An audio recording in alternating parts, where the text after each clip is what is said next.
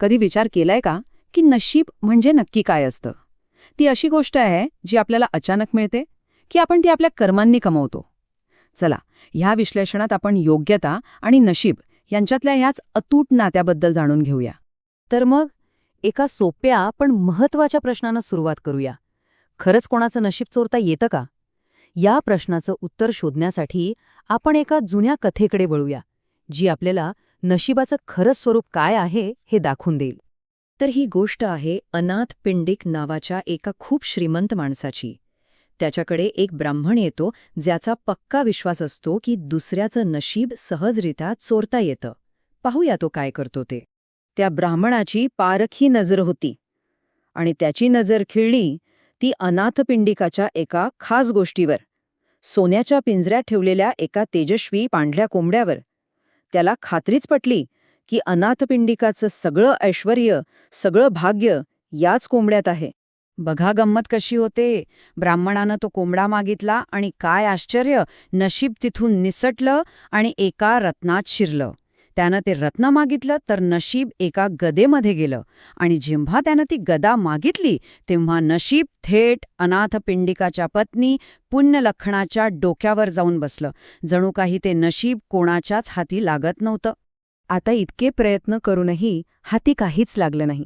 तेव्हा त्या ब्राह्मणाला एक गोष्ट कळून चुकली, आणि त्याचं हेच ज्ञान या कथेचा सर्वात महत्वाचा भाग आहे. शेवटी तो ब्राह्मण हात टेकतो. तो कबूल करतो की तुमचं नशीब अविभाज्य आहे, ते चोरणं शक्यच नाही. त्याच्या लक्षात येतं की काही गोष्टी बळजबरीने किंवा युक्तीने मिळवता येत नाहीत. आता हा सगळा प्रकार बघून अनाथपिंडिक तर पुरता गोंधळून गेला. त्याला कळेनच की हे नक्की काय चालले. म्हणून या विचित्र घटनेचा अर्थ समजून घेण्यासाठी तो थेट बुद्धांकडे जातो. अनाथपिंडिकाचा हा गोंधळ दूर करण्यासाठी बुद्ध त्याला नशिबाचं खरं स्वरूप समजावून सांगतात, पण एका वेगळ्या पद्धतीनं, एका जुन्या कथेतून. बुद्ध म्हणतात की बघा, आज नशीब माणसाशी जोडलेलं आहे, पण पूर्वी असं नव्हतं. ते खूपच प्रवाही होतं. म्हणजे एका व्यक्तीकडून दुसऱ्याकडे जाऊ शकत होतं. पण हो, त्यासाठीही काही नियम होते.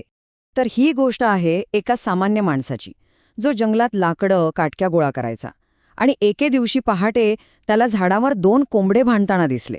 आता हे दिसायला तर साधं होतं, पण याच क्षणापासून त्याचं आयुष्य बदलणार होतं. कारण ते काही साधेसुधे कोंबडे नव्हते.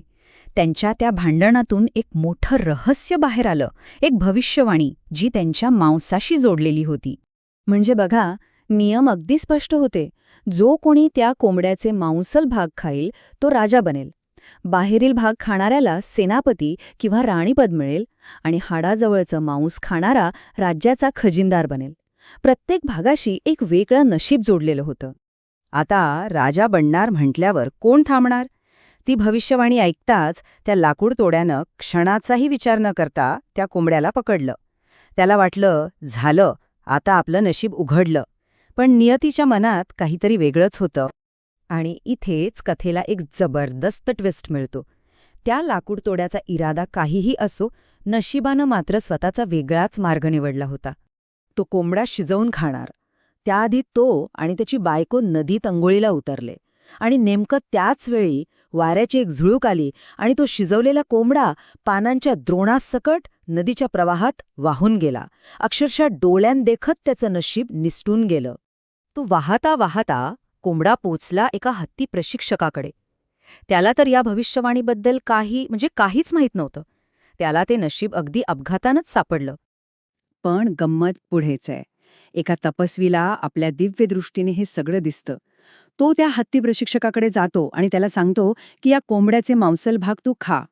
म्हणजे बघा, फक्त नशीब नाही तर योग्य वेळी मिळालेला सल्ला आणि त्या प्रशिक्षकाची स्वतःची योग्यता, यामुळे तो 3 दिवसांत राजा बनतो. ही कथा पूर्ण झाल्यावर बुद्ध पुन्हा मूळ गोष्टीवर येतात.